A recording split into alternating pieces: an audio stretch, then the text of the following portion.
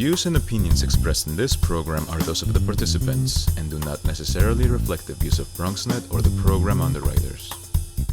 And hello, everyone, and welcome to Open, the one show that opens the Bronx and the rest of the world right to you. I'm your host, Daren, Jaime, and today we'll update you on what's happening in and around our borough, as well as across New York City.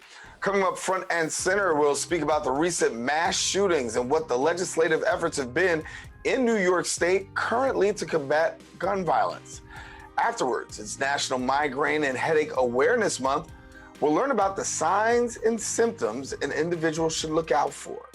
Then, we'll talk about a program that's helping Bronx residents get their GED. More details will come on a little later on in the show. And then we'll also speak about an event that delivered meals for New York families facing food insecurity. And finally, we'll discuss how the ongoing COVID-19 pandemic is affecting Black women's health. So stay tuned, because all this and much more is heading your way. Right now, we're officially open.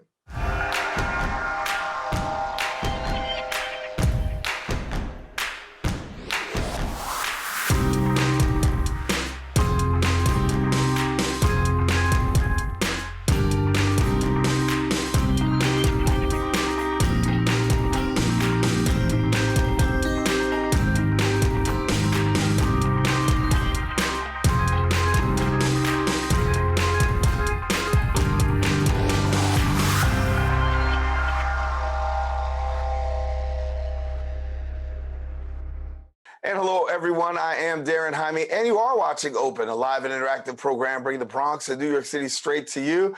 We also want to welcome our viewers on Manhattan Neighborhood Network, as Open is being broadcast live simultaneously on the MNN channel.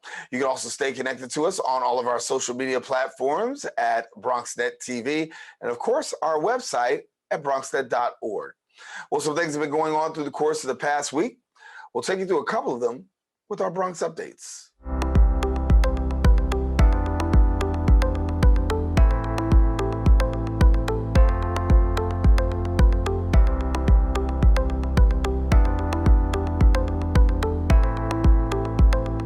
We start off with COVID-19 news. New York City officials are planning to end protections put in place at the start of the pandemic to curb the spread of the virus in the city's shelter system and also safeguard older homeless people, as well as those with certain medical conditions.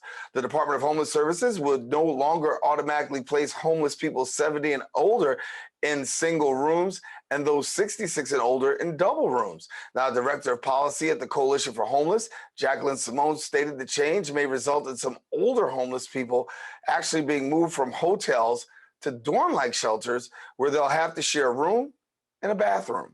The Department of Social Services, which oversees DHS, says the agency was reviewing the guidelines, but the changes do not appear to have been finalized as of yet. In other news, City Council members passed a bill requiring proactive inspections of self-closing doors in 300 buildings every year. Now, the failure of the self-closing door allowed the smoke from a massive fire to spread through a building in Tremont on January the 9th, killing 17 people. The bill, sponsored by Council member Natasha Williams, is to prevent door malfunctions. In addition to added inspections, it will require landlords to maintain self-closing doors and to post fire safety notices. Well, that's all the time we have for our Bronx updates. We want you to stay connected to us. Don't go anywhere. Open continues coming up after this quick message.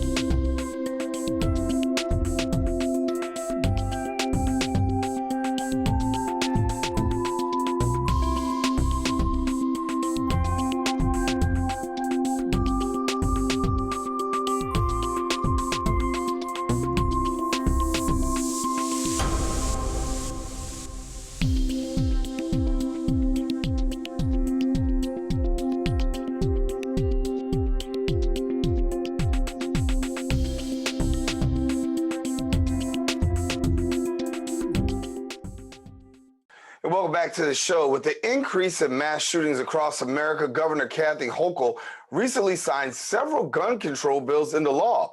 Our next guest introduced a bill to change the definition of what is considered a firearm. Now, what will that mean actually moving forward? Joining us now to share more details, we're pleased to have the state senator of the 32nd District, Sepúlveda, and we thank you so much for joining us, Senator Sepúlveda. Thank you, Jaime. It's been a while. It's good to see you again, and very content with what's happening in terms of what we've done in the state to prevent gun violence. Well, when we talk about what's going on in the state, we have to talk about what's going on first nationally as we see continued from Buffalo to Uvalde, Texas, to Philadelphia. It seems as though we're seeing more and more mass shootings. But I know that for you personally, wanting to take a look at how we handle things here in New York and the legislation to deal with what's called, as I said in the intro, a firearm. So talk to us about this legislation and what this legislation actually means. We know that the use of automatic weapons with high-capacity magazines is a problem nationwide, and we want to do everything we can to combat it. But it's not really the heart of the issue here in the Bronx and in New York City. One of the biggest challenges that we face is the use of what's called ghost guns. These are guns that you can literally go online, you can get the schematic, you can buy the plastic parts, you can get gunpowder or anything that helps secrete a projectile from a barrel, and voila, you have a gun. A lot of the crimes that we've seen here, a lot of the killings that we've seen that have been in the media involved ghost guns. The problem that you had up until the governor signed my legislation, and my sponsor in the assembly was Assemblyman Kenny Burgos. She signed our legislation to change the definition of a firearm to include ghost guns or anything that resembles a ghost gun or anything that releases a projectile using gunpowder. Now, why is that important? There are two major charges when it comes to illegal use of a firearm. You have essentially a Class B and a Class C felony. A Class B felony is a predicate felony. It's a violent felony. If you used a ghost gun during the commission of that violent felony, your charges weren't accelerated because you used the gun. So let's say, for example, you go into a bodega with a regular pistol, and you commit a holdup there. You assault the owner. You were going to get charged with a B felony, but you weren't going to get charged for using a firearm during the commission of a B felony. Now, because we have changed the definition of what a firearm in New York State, and make no mistake, Daren, this is historic. This is going to change a lot of things here. If you use a ghost gun now, you'll be treated as if you were using a pistol or any other firearm, and your charges could be elevated. So with a illegal use of a firearm, committing a B felony, you now face up to 25 years in prison, where before you didn't face that many years. This can have a major impact in our community, because what we're seeing now are the incredible use of ghost guns or ghost gun type devices. And these individuals that are perpetrating these crimes are aware that you couldn't be charged using an illegal firearm. Now we put them on notice. So with this notice and with the legislation now being signed by the governor, talk to us about the time frame before we actually see this going into law. We know that she signed it into law. When will we see this actually be applied in courthouses? Well, the law goes into effect, I believe, 13 days after she signs it. So we have another probably 12 days.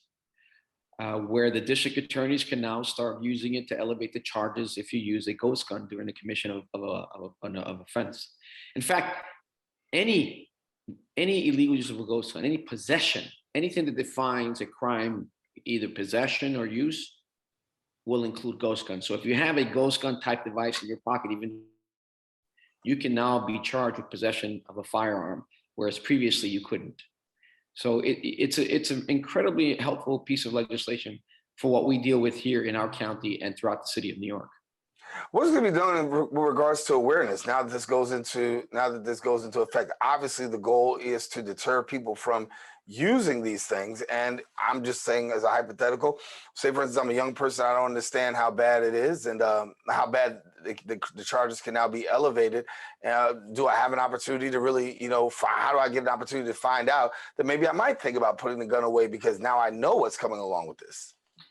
Well, I mean, through the media, mostly we put out there the piece of legislation and what it's going to do. I mean, we had a big press conference in the Bronx. I mean, it all started here. We're teaching the rest of the world how to deal with firearms when the Republicans are sitting on their hands and our kids are being murdered and butchered with automatic weapons and other firearms.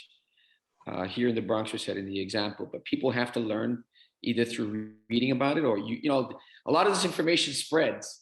When someone is charged, these are gang associations. They start to realize, wait a minute, we have to deal with a bigger charge now.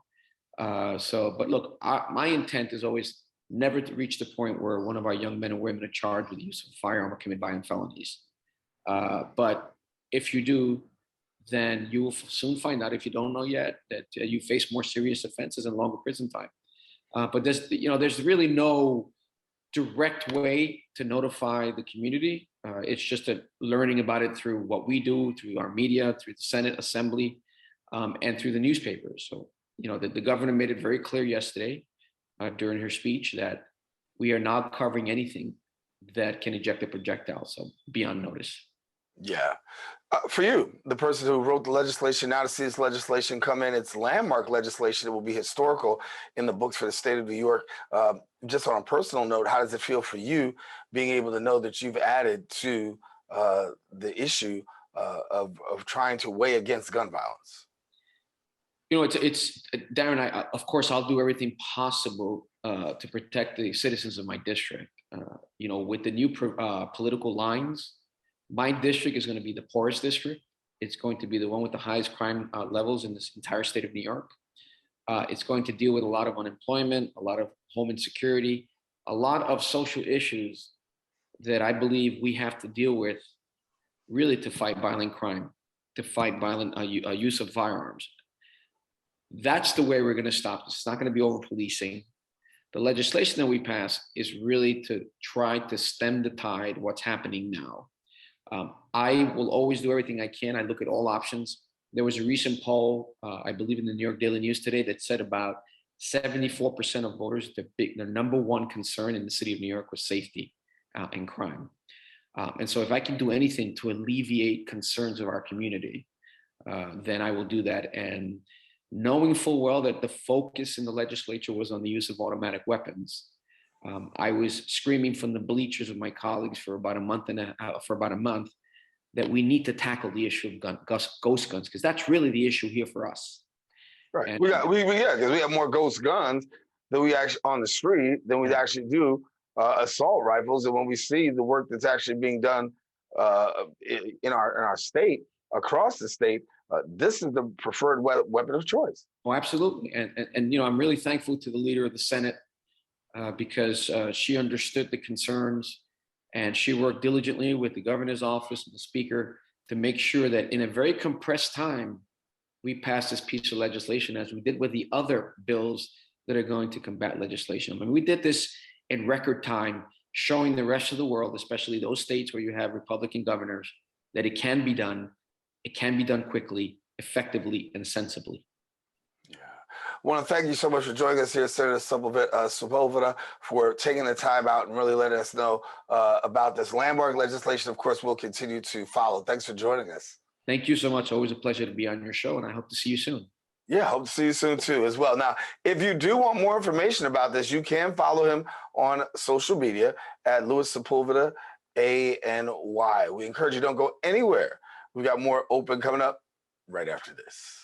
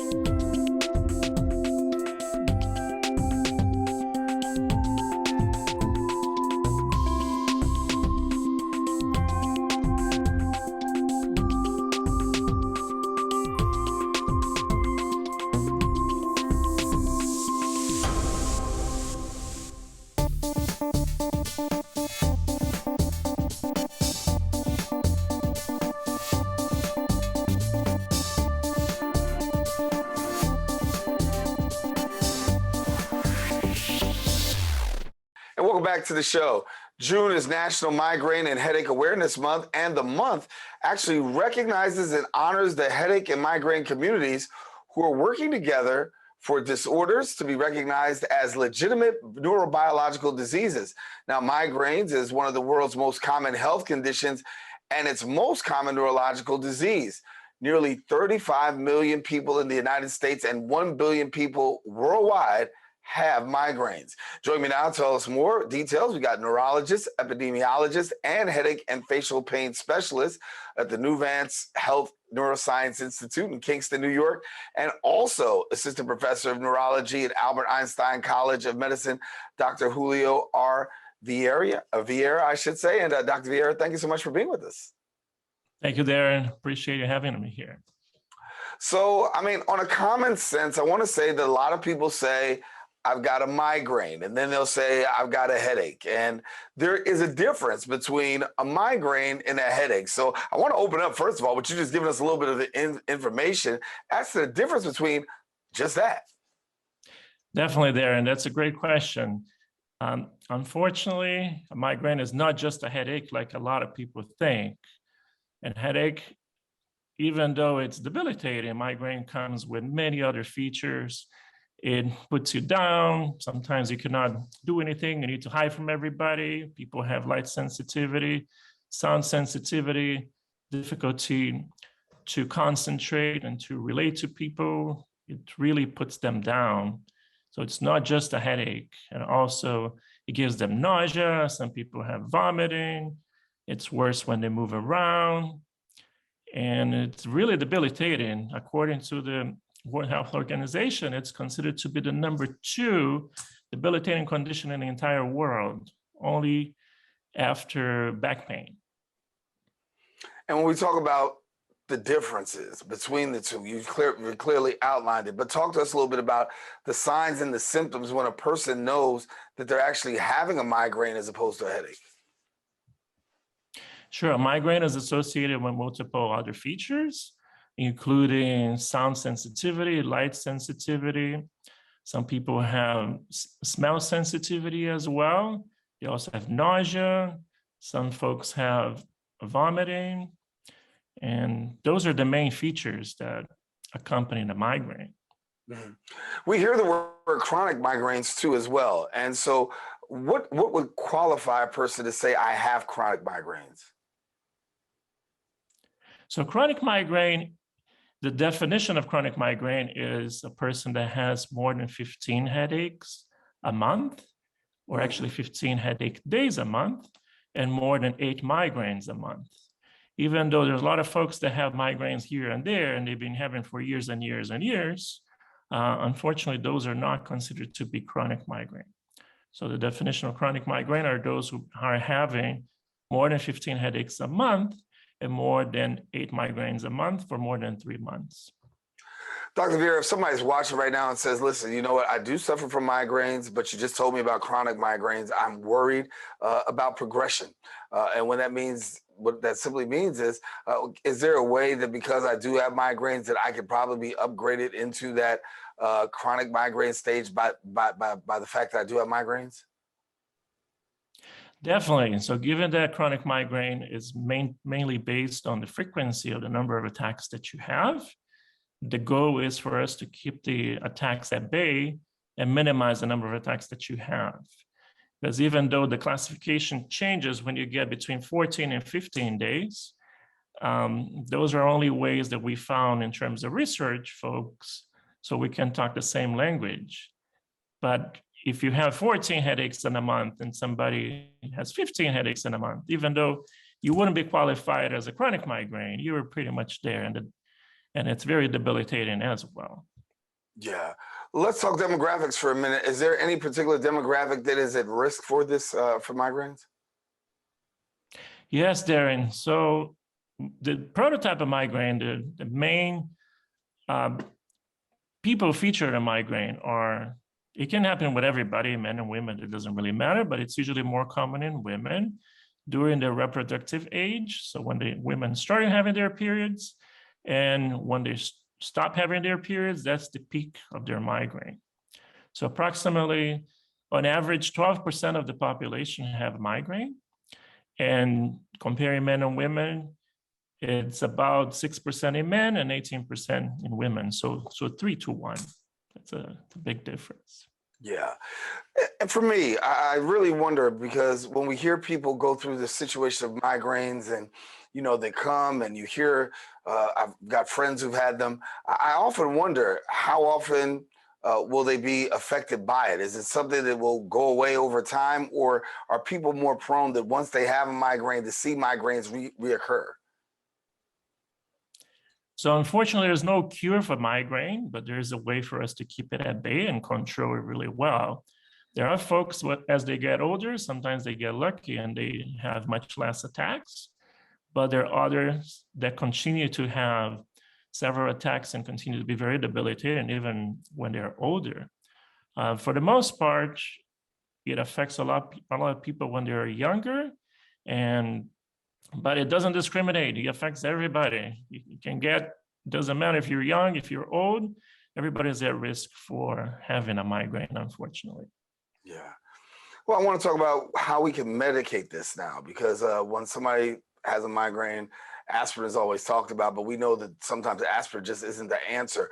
What are the ways that a person could actually take medication to be able to assist with migraines? Or if you want to share, what are the various types of medication that you actually use when it comes to really treating someone with migraines? Definitely. So the way we treat migraine, usually we would have an approach that encounters with three different things. We need sometimes it depends on the number of headaches that you're having. You would require a prevention medication, especially for folks that have more than 2 debilitating attacks in a month or more than 4 regular headaches in a month. And that varies from multiple different classes of medication. Usually, we borrow medications to treat other conditions, main conditions being blood pressure medication, anti-seizure medication, and antidepressants. That has been traditionally what we've been doing. Sometimes we use natural products as well, including magnesium or riboflavin, which is vitamin B2. Sometimes we use feverfew or coenzyme Q10, things like that. But thankfully, since 2018, we now have a different class of medications, which are based on something called CGRP, which is an abbreviation for calcitonin gene-related peptide. And those medications are migraine specific. So it took a long time, but finally, since 2018, now we have multiple different medications that are based on CGRP, which appears to be the main avenue that migraine works in our body. Whenever we're having a migraine attack, CGRP goes up, and those medications, they either block the receptor of CGRP or they change the way CGRP works in the receptor, and then you start having less attacks of headaches. The other feature that we use is the abortive medication, which is a medication that you would take whenever you have a migraine attack. And that also varies between multiple different options, including over-the-counter like ibuprofen, or some people try Tylenol, but then we have the migraine-specific medications traditionally from previous generations called triptans, which there are a variety of them. Others are called DHE or dihydroergotamine. Those are migraine-specific medication. And thankfully, not too long ago, now we have the other class of medication, which are CGRP blockers. They're also used for that. And other newer medications are coming out as well. Dr. Vieira, and then we also have devices that you can use. We have stimulators, we have vagal nerve stimulator, we have a neuromodulation as well. We have a patch that you can put on the arm. We have magnetic stimulation that you can put on your head. We have a stimulator that you put on your forehead as well. There are different gadgets as well that folks that have migraine can have access to nowadays. A lot of new information. I mean, I know typically we talk about aspirin to hear things that I've heard people talk about, but you've definitely put a new spin on letting people know what's actually out there and available. Dr. Vieira, thank you so much for sharing with us a little bit as we talk about National Migraine and Headache month, and we want to thank you for the information that you provided. Hopefully somebody will take advantage of it. Thanks much. Thank you, Daren. Appreciate it. All righty. Dr. Julio R. Vieira, our guest here. I want to let you know that if you want more information, don't hesitate to visit their website at einsteinmed.edu and then also nuvancehealth.org. We have more show coming up. Don't go anywhere. Open continues coming up in a few.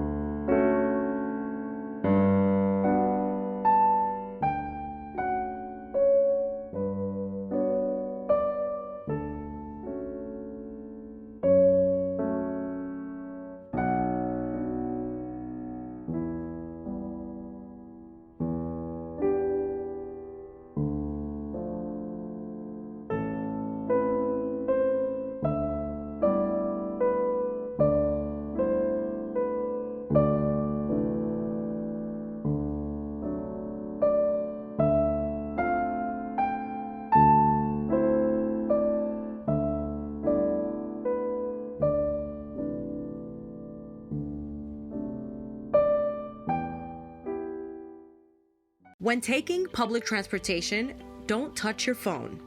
Carry hand sanitizer and use it immediately upon leaving the bus or train. Avoid touching your face. If someone is coughing or sneezing, move away. Wash your hands with soap and water as soon as possible. Limit contact with poles. If possible, avoid rush hour. Don't eat or drink on public transportation. Keep your bag off the floor or other surfaces. Avoid directly touching turnstiles. Stay up to date with the latest from your local health department and CDC.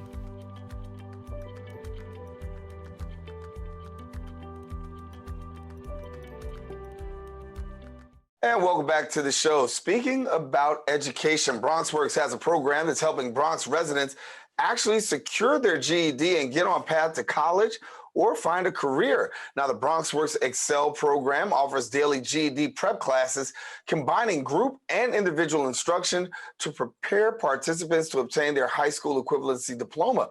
We have now sharing with us the Assistant Program Director of Excel, Adult Literacy, and Workforce Development at BronxWorks, James Dunn. And James, glad to have you. And when we talk about a GED, in this climate, a GED still means a lot. Absolutely. People who earn their GED or earn their high school diploma are more likely to vote. They're more likely to have better health. They're more likely to contribute positively to their communities.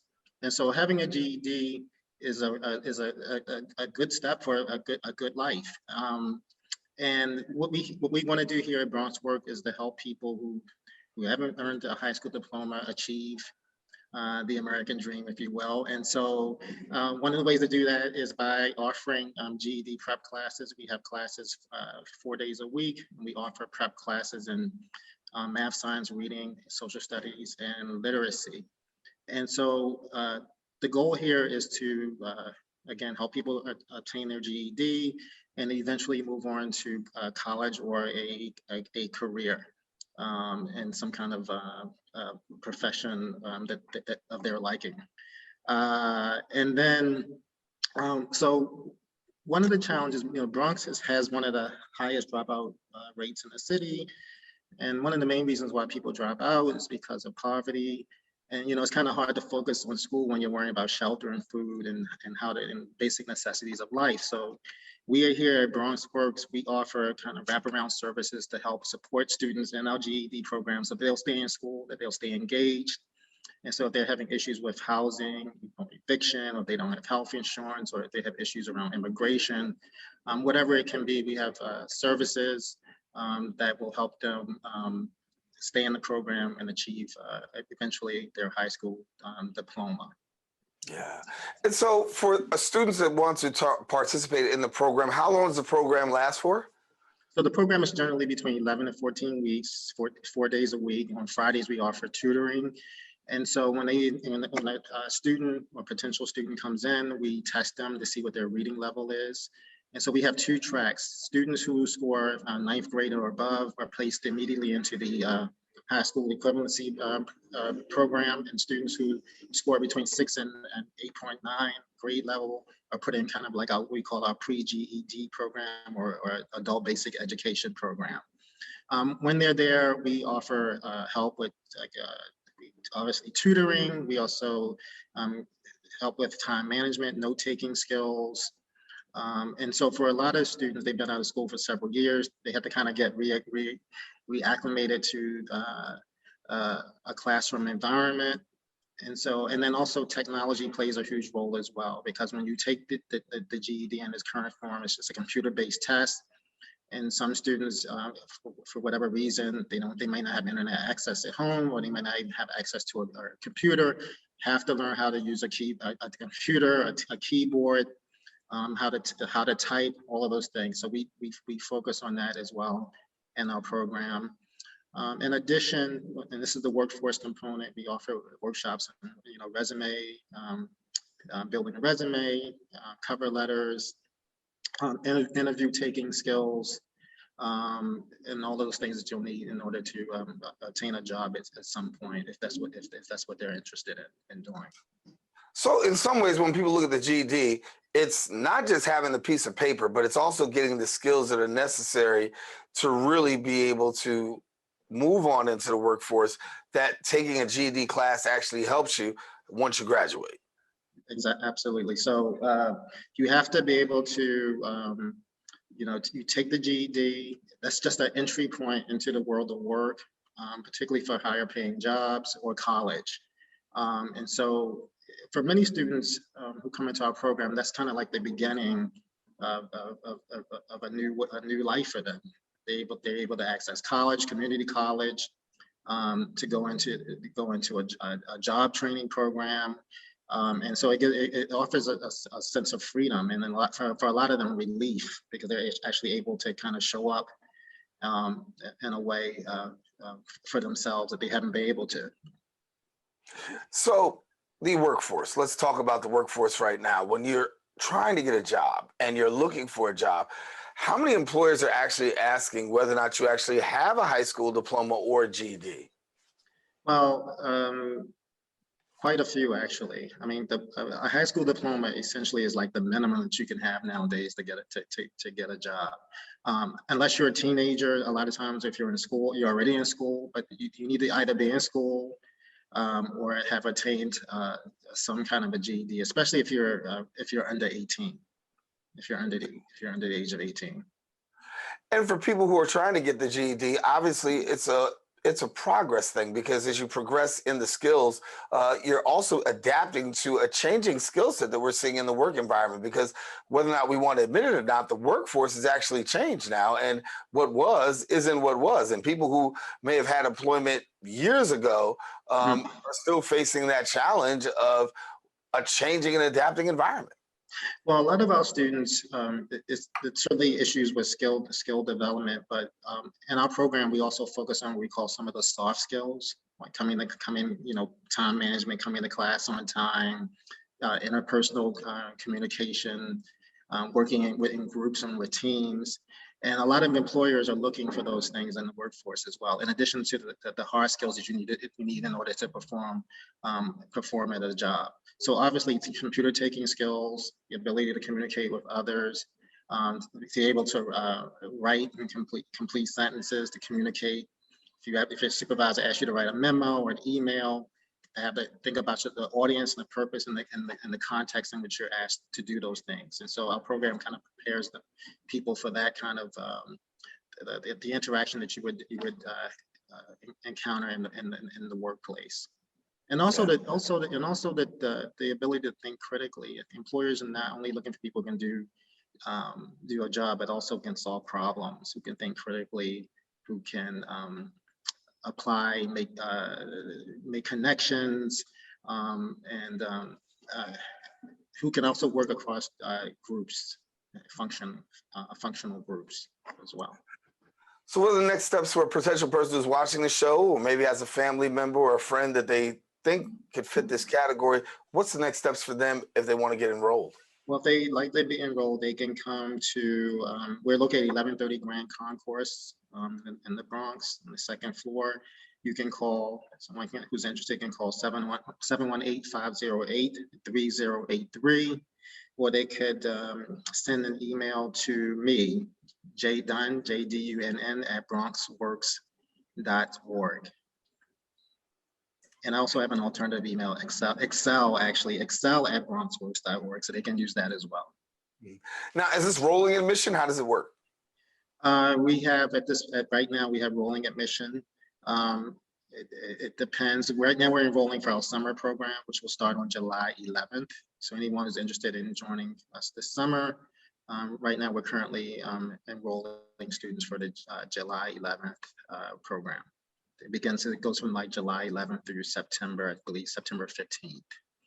All right. Yeah. Well, James, we got the information out there. Certainly, I hope that there's some people who will take advantage. As we said, very important if you're trying to really have some success in the workforce. A GED is a good place to start. And James Dunn, who is the Assistant Program Director of Excel Adult Literacy and Workforce Development at BronxWorks, has been our guest. Thank you so much, James, for joining us. Thank you. All righty. Well, I want to let you know, if you want more information, don't hesitate to visit the BronxWorks website at BronxWorks.org. We do have more show. Don't go anywhere. Open continues coming up right after this.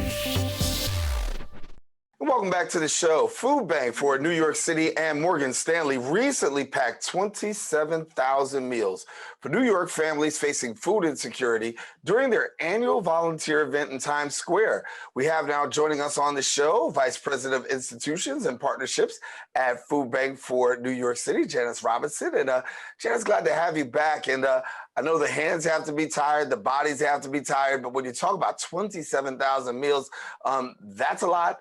But the truth of the matter is the need is a lot as well. That's correct. That's correct. And so thankfully, we have a good partner in Morgan Stanley. And one of the things that they really want to make sure they do is support the community with meals. And so thankfully, this is the fourth time we've done this project with them. So they were prepared. They sent down 300 employees, and those 300 employees helped us pack 3,000 boxes. And so we were successful in getting all of those 27,000 meals packed up and distributed throughout the 5 boroughs. It's a great feeling to have a corporate partnership, because in addition to the volunteers that you have, obviously to be able to partner with the community, organizations, businesses, really allows another arm, if you will, to be able to reach more people. Absolutely. And so you clearly understand food banking, and we appreciate that. But yeah, we rely on volunteers to get our work done. You know, there's so much that we want to do to support the community. And so it is entirely critical that we have volunteers help us. And Morgan Stanley has been very, very helpful in doing that. Our partnership extends over 10 years. And during that 10-year period, over 3,000 Morgan Stanley employees have volunteered for Food Bank for New York City. And that equates to about 11,000 hours of volunteer time. So that makes a huge difference for the work we do. Yeah, you talked about the rise in volunteers, but let me talk about the rise in need. What are we seeing with boots on the ground in terms of needs? I know COVID-19 really exposed food insecurity, right? But before COVID-19 ever came into play, there was huge food insecurity in New York already. That's correct. And so food insecurity has been a big issue in the New York community. And then you add COVID to that layer. And now, food prices are super high. They haven't come down. And so where we thought that maybe the pandemic was over and we're back to normal, we are anything but back to normal. And so the need still exists in a big way. Yeah. So as you look forward to tackling food insecurity beyond this event, talk to us about the work that you're doing and how you're really able to put boots on the ground and really meet the needs that are out there. So we work with over 800 what we call member agencies, and those are food pantries and soup kitchens throughout the 5 boroughs. And so a lot of the work that we do is ensuring that they have the support they need to distribute food in their communities. And then we supplement their support by putting on a mobile pantry program that we have, and that goes throughout the 5 boroughs. And then we work with key partners like Morgan Stanley, like the New York Yankees and other big organizations to distribute food as well. Yeah. And what's it like for you in terms of reaching out? What kind of receptivity are you getting when you actually put this out there and say, listen, we need some help, we need volunteers? Do you find that more and more people are gravitating to volunteering, considering the fact that we've got more and more people who are really having needs? Yeah, absolutely. The good news is that people can understand food insecurity. So thankfully, given the mission, people connect to the mission and really understand our need for volunteers. And so we are in a position to get a good critical number of volunteers. So that is super helpful to our organization. So where do you go from here? So we have a lot of things happening. We're actually celebrating our 40th anniversary next year in 2023. So we're starting to do a lot of work to raise awareness about the anniversary. And then we're hoping to get a lot of support in recognition of the anniversary. Yeah. And as you celebrate these years, talk to us about your perspective. How have you seen things progress, actually decline in the work that you've been doing for a while? Well, I think that the work has really improved in the sense that people are very focused, laser focused on nutritious food. And so, at the beginning of food banking, we used to get people's expired cans, and those cans had a lot of sodium. And so I think that a lot of people are now aware of the importance of good, nutritious food. And so we get really good quality produce. We get shelf-stable items that have very low sodium amounts. And so we really are in a position to help our communities in need have the food they need for their children and for themselves. How do you go about getting your food? We get donations, and then we are also in a position to procure food on a wholesale basis. So we have a couple of ways that we get food. Yeah. And as we look, families now, if there's somebody out there that's saying, listen, I'm in this place where, food insecurity is happening for me, I need to get help. How do they go about doing that? Thank you so much for asking that question. We ask people to go onto our website. So that's www.foodbanknyc.org. Again, that's www.foodbanknyc.org. And then we have a map. And so if people click onto that website, they can drill down to that map and then put in the zip code where they are, and then identify a soup kitchen or food pantry close to them. I'm gonna throw you another alley-oop. I know that you're looking for volunteers too, right? So yes, absolutely. So here you go, slam dunk it. Go ahead. Correct. So we can go on that portal and we can help people identify places to get support. But then we also encourage people to go on if they want to make a donation, or if, and the donation could be a donation of food. It could be a donation of funds. Either way, we're in a position to take that information on our website. Yeah. Thank you so much, Janis. I appreciate the time that you shared with us here today. Great work that the food bank is doing to really make sure that people are being fed. And, special shout out to your volunteers and all those who are making it happen. Thanks a lot for being with us. Thank you so much for featuring our story. All righty. Janis Robinson, our guest here on Open. Listen, now, if you want more information, don't hesitate. As we said, go visit the website at foodbanknyc.org. We do have more show. We encourage you, please don't go anywhere. Open continues coming up right after this.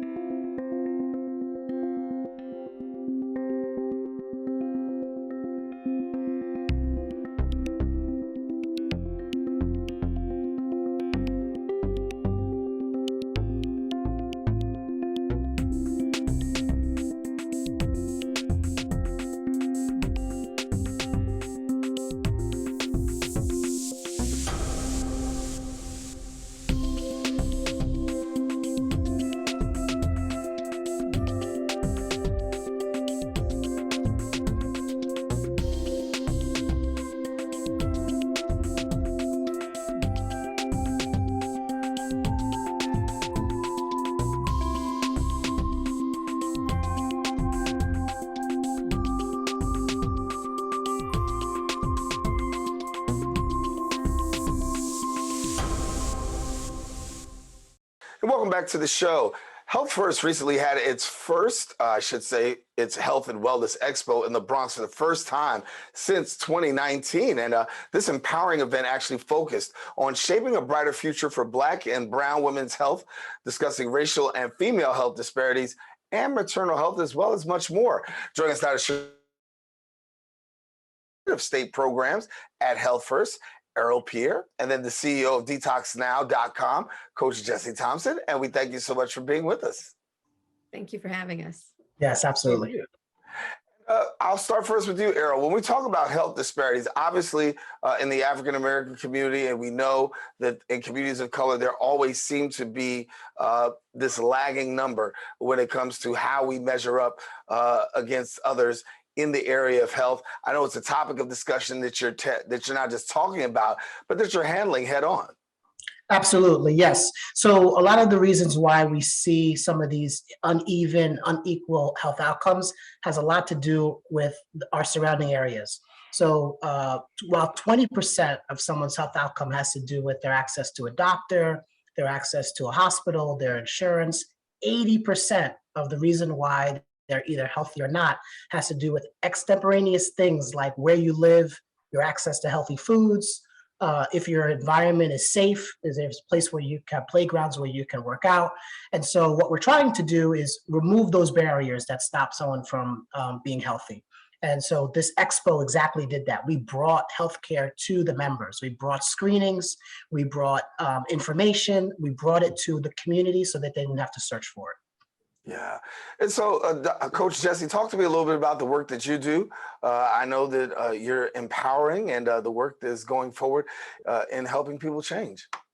Thank you so much, Daren. And you know, when you talk about these social determinants of health that Errol was referring to, the key thing is putting the hands in the power of the people, right? You've got to put the power back into their hands. And that comes with the advocacy, that comes with the education. So for us, you know, at the Detox Now, we've partnered with Healthfirst because we see them on this mission to really actually not just, like he said, provide healthcare services, but actually wrap the community, wrap the people around with all of the other pieces, the access, the support, whether it's education around, you know, for us, it's about teaching people what foods actually they can eat to help improve their health outcomes, using food as their medicine, to helping them learn how to advocate for themselves when they do go to the doctor and ensure that they have proper health care. One of our partners actually is Earth app. And what they do is they have a Yelp-like review that provides ratings and reviews of healthcare providers, hospitals, pediatricians, because when we look at the Black maternal health crisis, we, again, putting the hands back in the power in the hands of the people, we want them to know you can actually provide reviews and information on the care that you've received, and also look for services of people who are going to provide care in a way that you are valued and can have positive health outcomes. So yes, we are trying to change things on the outside, but we want to make sure we use the power that's in our hands by lifting our voices and using all the resources available to us. Can you share with us a little bit more in the area of postpartum depression? I know that's something that a lot of women of color really deal with. Sometimes it's not always talked about, but it's a very real issue that's being tackled and being dealt with. You know, that hits home for me because I personally battled fibroids for 14 years and infertility caused by those fibroids for 10 years. And as you can imagine, a 10-year journey to have one miracle baby. I actually did suffer from postpartum after that, and not really knowing that's what I was going through. I'm so excited that what we're doing is providing access to doulas and care workers who will actually name these things, as well as, of course, mental health care practitioners who will name these things and help women to feel the support that they need and access to the help that they need. Because, you know, like for instance, the fact that healthcare is being provided outside of, not just after birth, for a year after birth, right, as part of the overall way to end this, to reduce the Black maternal health crisis. That's because if they don't have support after the birth, that is where a lot of women are lost. So that's a really important thing that they're providing. Yeah. I want to talk, Errol, if you could share with me about COVID-19. It had a huge impact in the African-American community. Talk to us about how you see it playing out from your lens. Absolutely. We quickly saw the disproportionate impact of COVID on communities of color.